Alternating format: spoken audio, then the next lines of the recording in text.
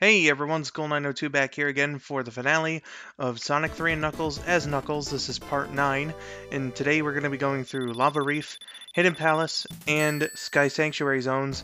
And unlike Flying Battery, which wasn't really all that different from Sonic's Run, in fact, I'd say it's pretty much the same, and Sandopolis, which only really has one Knuckles-oriented bit, just one tiny little pathway in the end of Act 2.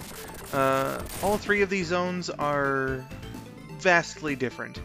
Like, Lava Reef here only really gets to Sonic's path in a couple of ways, and depending on the way that you play the level, it's only for a brief moment of time. That robot that we saw just up there, if you can get past it, which is possible, but from my recollection, it's pretty difficult. Then you do go on Sonic's path, and if I'm not mistaken, that's actually the only way that you can get a giant ring. So if you're low on Super Emeralds, or even if you just need the last Chaos Emerald, then you might want to get onto that path so that you can get your last chance at getting the emeralds.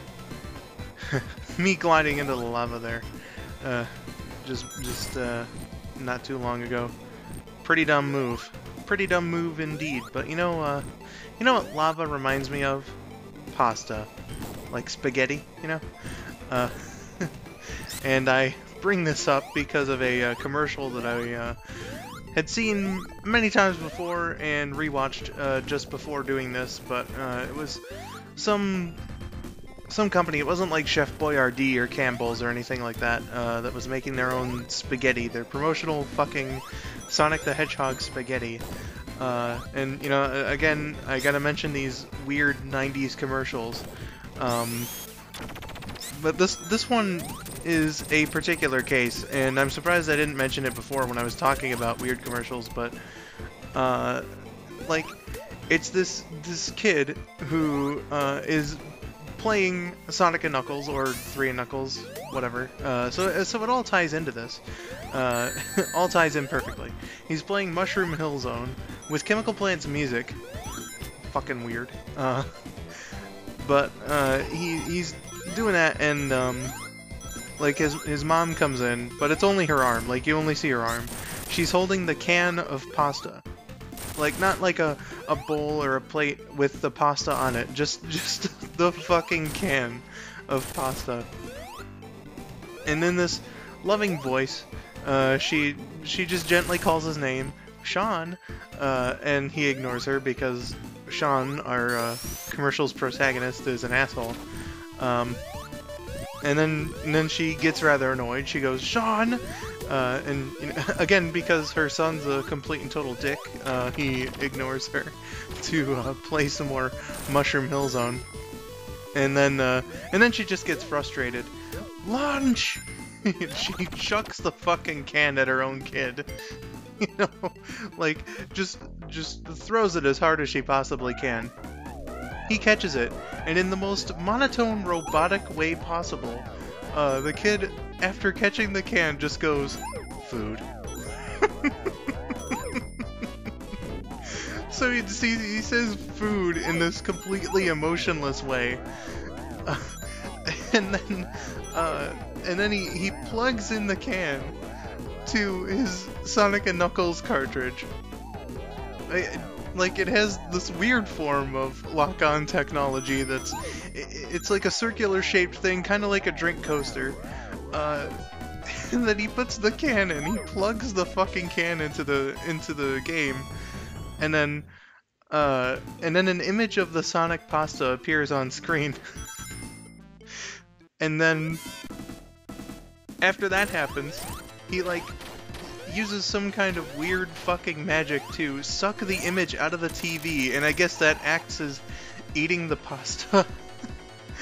And then after he eats this pasta, in the most creepy way possible, he goes, good. And then it gets into the advertising part where it's like, Sonic pasta made by blah blah blah, and like, what the fuck? The weirdest goddamn commercial I've ever fucking seen. Well, okay, maybe not the weirdest, but That is some strange shit. That this asshole kid ignoring his mom, and then just all of it. Why does a Sonic and Knuckles cartridge have a fucking port for pasta? Like, why does that work that way? I don't understand. Goodness gracious.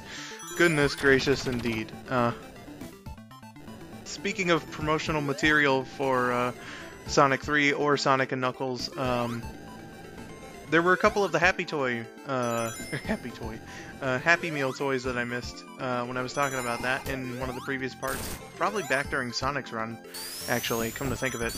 I mentioned Sonic, I mentioned Knuckles, who's riding his little cloud. I mentioned Robotnik, who actually in the Japanese release of those toys had his classic design as opposed to Adventures of Sonic the Hedgehog. But there was also a spinning, like, Tails toy that you like, pulled a string and he would fly in the air. So that was really neat. It got discontinued near the end due to some problems with the string. And in some releases of the line of Happy Meal toys, the Tails one was completely redesigned with like no flying mechanics in it or something along those lines. And then there was a Sonic decorated bouncy ball for kids under 3 as a part of that line. Tails didn't get released in Canada, and instead it was like the bouncy ball had Tails on it, and presumably that was a part of the regular line. So that was something that I completely forgot to mention, and I heavily apologize for it. But now we can get back into this, and as you saw in Act 1, perhaps it's not like actually shorter than it is with Sonic, but it certainly feels shorter. Like it feels like I could get through Act 1, you know, fairly quickly. It did take like 3 minutes and 45 seconds to be fair, but at the same time, I don't know. It just maybe it's the level of challenge in there, or something along those lines. But Act 1, you know, it felt like kind of a breeze in comparison to Sonic's run. You know, Sonic. Not that Lava Reef is Sonic is bad by any means. It's one of my favorite zones, but and I'm very surprised I didn't get hit by that fire. But at the same time, you know, just kind of feels shorter as Knuckles, but not any less fun, I would say. Not any less fun at all. Now, you may have saw my crossfade. I did die, once again. Third and final death that I took during this run, and unfortunately my luck did run out. Symph, you win. You win because I got crushed during this run. And it was as Hyper Knuckles too. I'll link the video in the description. But I was running around as Hyper Knuckles, and I got a little too antsy about one of the moving platforms, and just got crushed. And it made Symph very happy when I put the highlight on Super Chaos Comms. God damn it, Symph! Why? Why must you take pleasure in this crushing? But aside from that, I'm gonna try to remove myself from that memory as much as I possibly can, by mentioning that Lava Reef is one of the zones that does not have a boss of any kind as Knuckles. It doesn't. I don't really know why, because it doesn't seem like... Maybe the jump timing, if they had kept Sonic's boss in for the Knuckles run, would have been a little off, because, again, Knuckles does have a shorter jump than Sonic does, so maybe that's the logic that they went by, but no boss at all during Lava Reef Zone. The mini-boss is all you get. And I would like to point out here, there is no Death Egg in the ceiling there. So, again, Sega... This takes place after Sonic's run, not like during the same time, or definitely not before, so fuck you. And there's no Death Egg here either. Now, look, it's completely empty. There's just a giant hole there. Just, what the fuck, Sega? Just what the fuck? And yes, Hidden Palace Zone actually is that long. I'm surprised they didn't just cut to Sky Sanctuary, because, Jesus Christ. Maybe they needed to put that in the programming, but I don't know. So, here's EggRobo's plan. Finally, he revived Mecha Sonic, who then killed him. So, EggRobo's no longer a problem, but Mecha Sonic is back. Sonic did not finish him off. If you pay close attention to when you defeat him in Sky Sanctuary as Sonic, he doesn't blow up. He's just, you know, electrifying when you defeat him. So, you know, it's up to Knuckles to take him out, and that Knuckles will do. This portion of the boss fight is just exactly the same as Sonic's. Mecha Sonic doesn't change his strategy or anything like that. I believe his moves are all random, but they're avoidable, and, you know, just it's nothing to really worry about. But there's a second phase this time, and one of the more interesting things I think about the Sonic series, he uses the Master Emerald's power to transform into a super mode, and he's got 3 attacks when you fight him like this. That's one of them. And it's my least favorite of those fucking moves, because look at this shit. It's kind of a strict timing, because he can hit you real fast, and usually he doesn't do that unless if you're hanging right at the edge of the screen, but there he did it 3 times, and I actually got so fucking frustrated when he did that that I was like, come on, you pussy, when I was playing the game. But he does the charge attack, and then he will shoot these energy balls at you, in which case he will open himself up to be hit. Unlike the charge attack where he just, you know, runs off screen and then goes back in the air. Now, when you've hit him 6 times, at least, he goes into this mode, where he'll shoot the rings at you, and then, you know, you gotta avoid those. Those aren't good rings, they're bad rings. You know, they're very chunky rings, but you just hit him 2 more times, and that's it for Mecha Sonic. It's a fun boss fight, if easy, and he explodes permanently this time. But I consider it a fun boss fight. Even if that one move does get annoying, the charging, you know, it's not something that I think would, you know, kill me to the point where I'd be, like, just absolutely frustrated and done with the game. Essentially, it's just something to keep the player on their own feet, you know what I mean? And I just think it's cool. I don't know what else to say about it. It's just a good boss fight. It's just a little easy, but, you know, it doesn't take away from the enjoyment for me. Now, one other thing that I want to say about Sky Sanctuary Zone as Knuckles is, you know, it's just that one little area, so presumably it actually gets destroyed.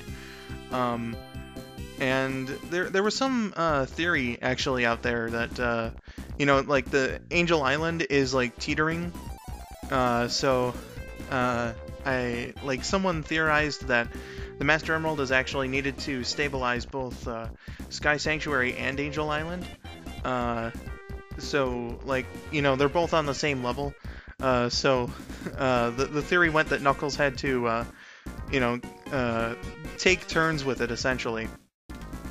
Transporting it from the Sanctuary to the island and back to keep them both stable. But now that Sky Sanctuary is completely destroyed, its only purpose now is to stabilize Angel Island, which is getting a bit close to the atmosphere, you know, getting a bit high up there. I hope that, you know, whoever's living there can breathe all right, because, and then there's the wind.